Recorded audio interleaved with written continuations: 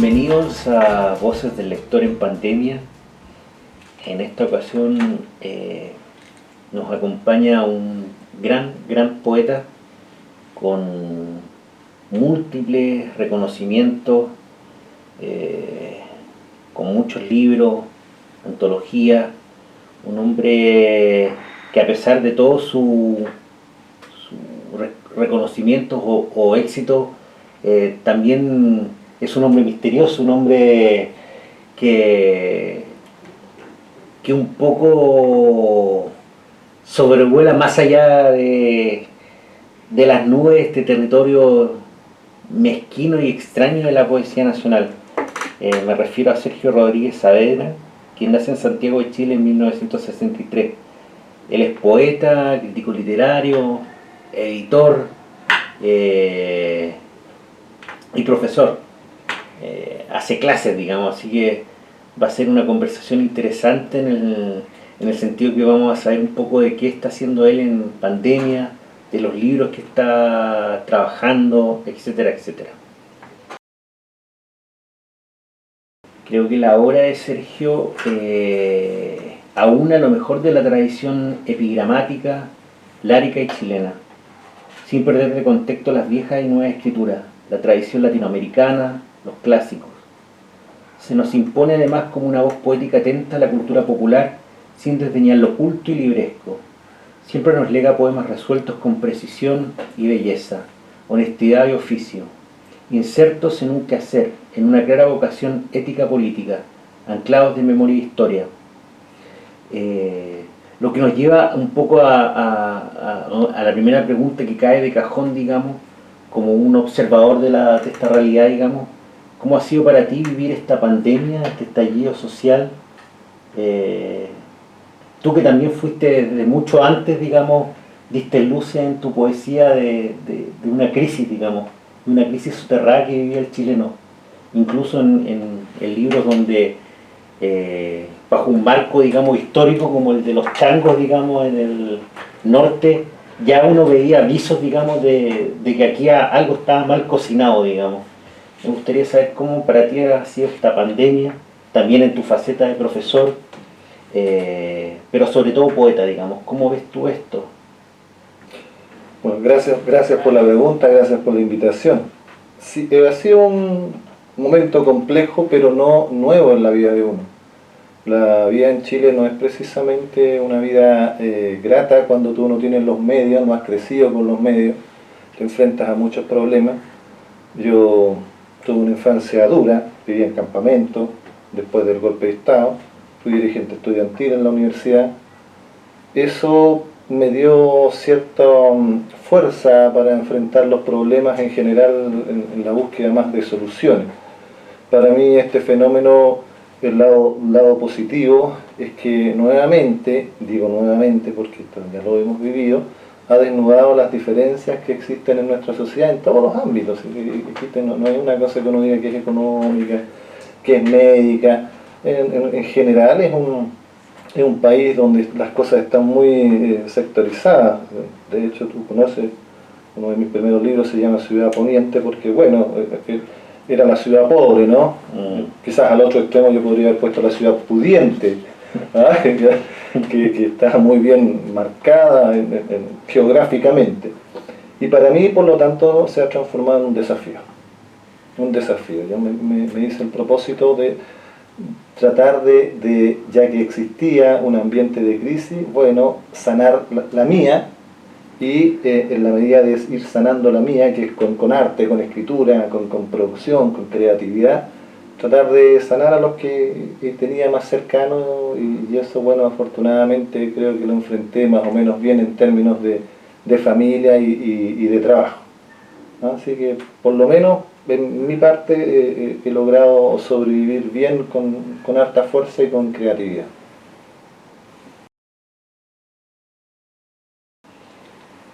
Me gustaría ahora, Sergio, ahondar un poco en estos veintitantos años de carrera poética, con más de una docena de libros, digamos, que parten, como tú decías, con Ciudad Poniente, el 2000, Memorial del Confín de la Tierra, Tractactus y Mariposa, Suscrito en la Niebla, el 95, perdón, Militancia Personal, Centenario, Ejercicios para encender el paso de los días, Patria Negra, Patria Roja, y así hasta los libros que viene sacando, digamos, en esta misma pandemia, digamos, en este mismo estallido, digamos, en esta situación. Me gustaría ver cómo tú visualizas tu obra, digamos, o estos años de trabajo poético en lo personal. Bueno, yo respiro poesía, yo no soy de esos autores que marca pauta, ni dicta estilo, ni fija horario, pero sin embargo escribo todos los días, o casi todos los días, busco una forma de expresarlo, y en ese sentido busco un estilo, y sí estoy tratando siempre de generar obras que sean, o que hablen con el momento histórico desde el cual surgen. Algunas tienen un trascendido, claro, político, estético, que habla más bien desde un punto de vista histórico.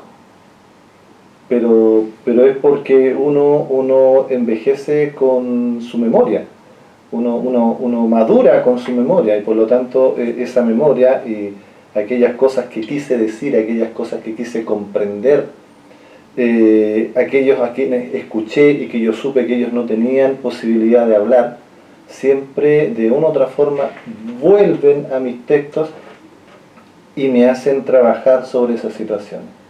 ¿Ah?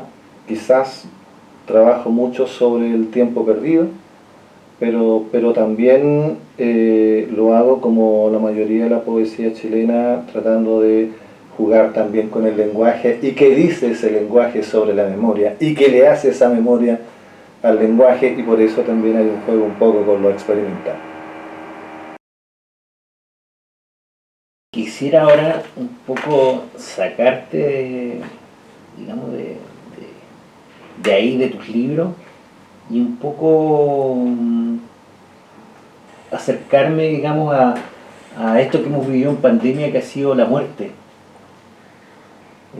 Hemos vuelto a vivir la muerte no maquillada, digamos, la muerte que está ahí, ya sea por lo que tú decías de medios económicos, de, de que se ven la fractura, digamos, social.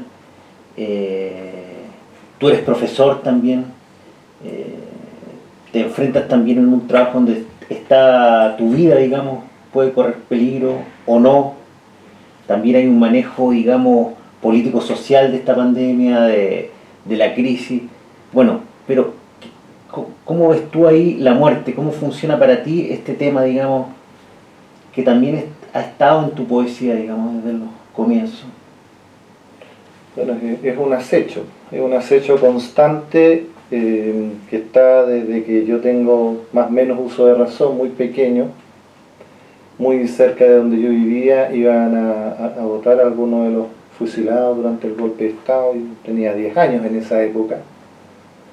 Por lo tanto, en realidad considero que, bueno, es una visión que hacía falta ver precisamente. ¿Por qué? Porque estamos tocando una serie de temas en Chile desde hace tiempo, muchos temas, pero lo estamos tocando de una manera cosmética. No nos estamos enfrentando en su profundidad, en su hueso.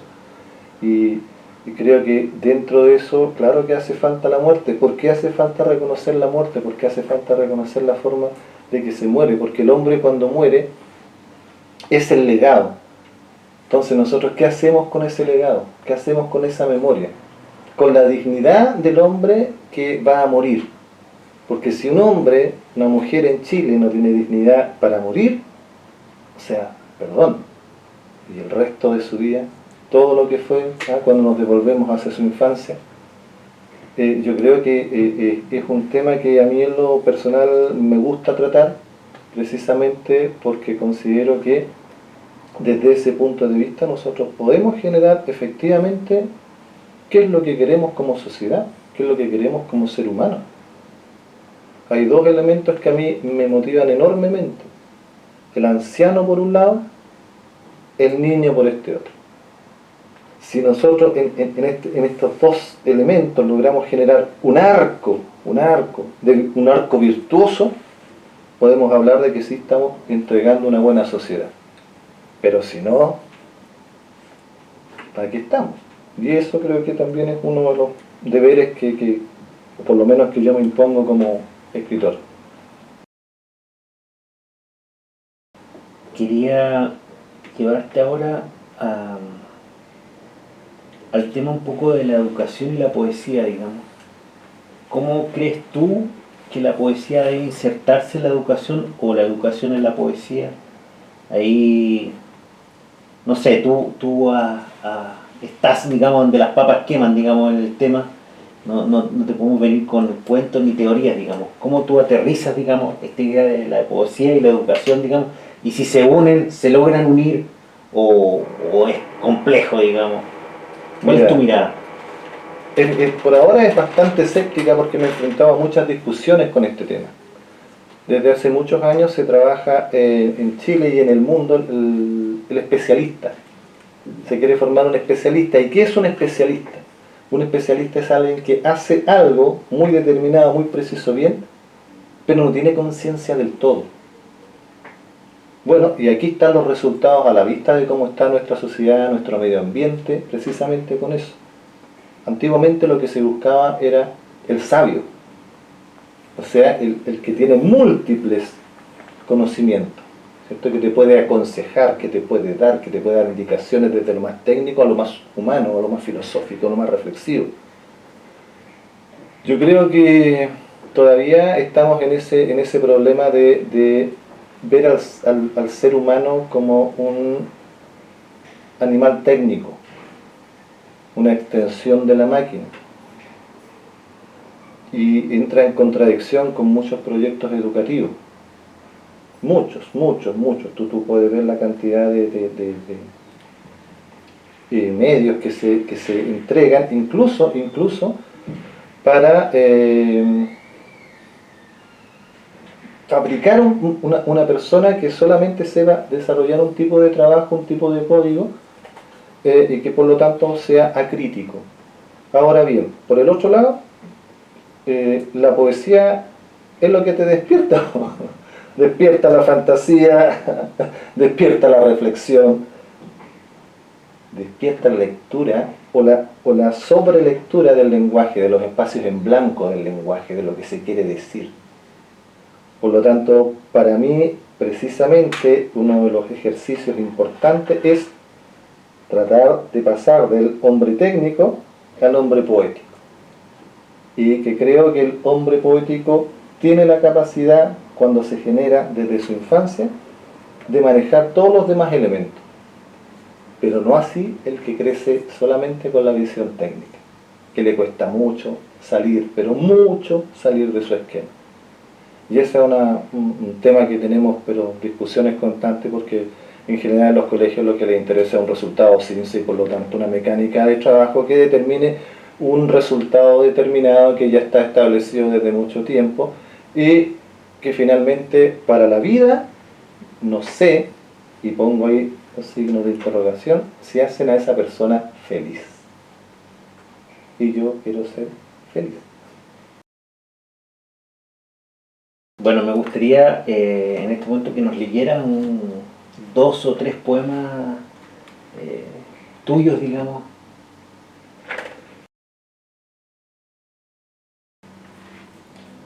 Informe diagnóstico. Mis poetas chilenos son disléxicos, confunden los con sol, Dios con ausencia, escriben con cortaplumas el abecedario en árboles del parque forestal, tienen baja comprensión lectora, creen que los premios literarios son premios literarios, un déficit atencional tremendo, ven volar una mosca y se distraen con la muerte, pésima ortografía, imaginan que lluvia se escribe con agua. Durante algún tiempo amé a una mujer de pelo largo. Dejábamos la ventana entreabierta para que la música tuviera el mismo volumen de la lluvia para que el mundo quedara fuera del tiempo como los gatos, para que la oscuridad nos sorprendiera, cubriéndonos con el sudor salado del sexo. Durante algún tiempo cimbraba la calle con su pelo, y yo amaba cuanto pudiese caminar. Comencé a escribir nuevamente sobre la ciudad, como si el origen de los deseos fueran sus noches, como si reconocerla fuera lo mismo que trenzar un cielo, y algunas veces, y todavía, dejábamos pasar al viento. Un poema de Días como peces. El ojo del pez entrando al ojo del agua, un anzuelo cargado de comida que la sociedad no requiere. Con el abuelo aquietábamos el vaivén del domingo frente al mar, y cuando llovía mirábamos desde el auto los anzuelos translúcidos entrar garganta dentro del origen, anzuelos de cielo que aferran la boca abierta de las aguas, un verso que tiras y tiras expandiendo el hilo, que este poema rehúsa comer, comida de gusano la poesía, mosca que a nadie atrae. Después, cuando la lluvia arreciaba, encendía el motor con un limpiar de garganta, y como los peces nos íbamos hacia lo turbio del ser. Me gustaría ahora también, después de esa lectura hermosa, con algunos de tus clásicos, un poco preguntarte qué consejo ya en este año de la mutualidad del yo, digamos, como diría Enrique Lin, Sí. en que estás en esta temporada, digamos, ¿qué consejo le daría a los nuevos escritores, a los que están partiendo en el oficio o ya están haciendo sus primeras armas, digamos? Bueno, básicamente hablo desde mi experiencia.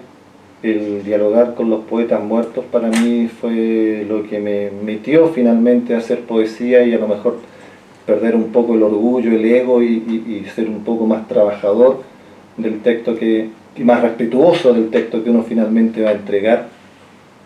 Y cuando hablo de dialogar con el poeta muerto, estoy hablando de dialogar con la tradición de la poesía, en el sentido de que uno es capaz de responder a las propuestas, decir por qué sí, decir por qué no. Y cuando uno logra eso, que puede parecer un poco extraño, a mí me ocurrió en una micro, probablemente parecía mucho más raro, ¿no?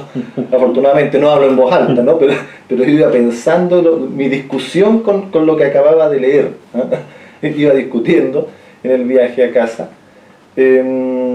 Creo que se produce en uno la transformación y el respeto para que no solamente uno sea crítico de los otros, sino que también para que uno sea un autocrítico.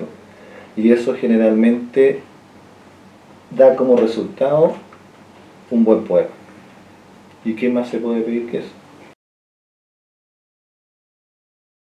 Gracias, Sergio, por estar en Voces del Lector en Pandemia. Siempre un agrado conversar contigo, escucharte, leerte. Se pueden ver varios trabajos, digamos, antológicos que han aparecido en el último tiempo durante este estallido, durante esta pandemia. Está el primer trabajo que salió en España, un poquito antes de la pandemia, por la editorial Amarcord. Está también la antología que se hizo, no sé si este año o el año pasado, de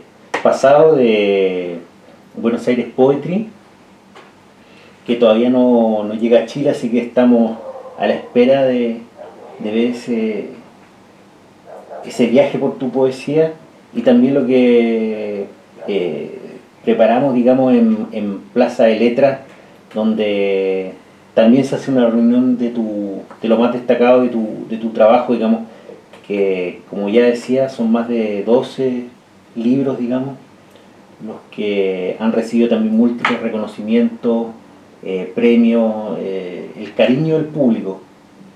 Así que estoy muy agradecido de conversar nuevamente contigo. No, muchas gracias a ti, muchas gracias al programa, y feliz de conversar de poesía en cualquier lugar y en cualquier momento. Y bueno, nos despedimos de este poeta de signo Virgo, igual que Enrique Lin, que Jorge Tellier y tantos más que nos acompañan en esta tradición rica que es la chilena de poesía.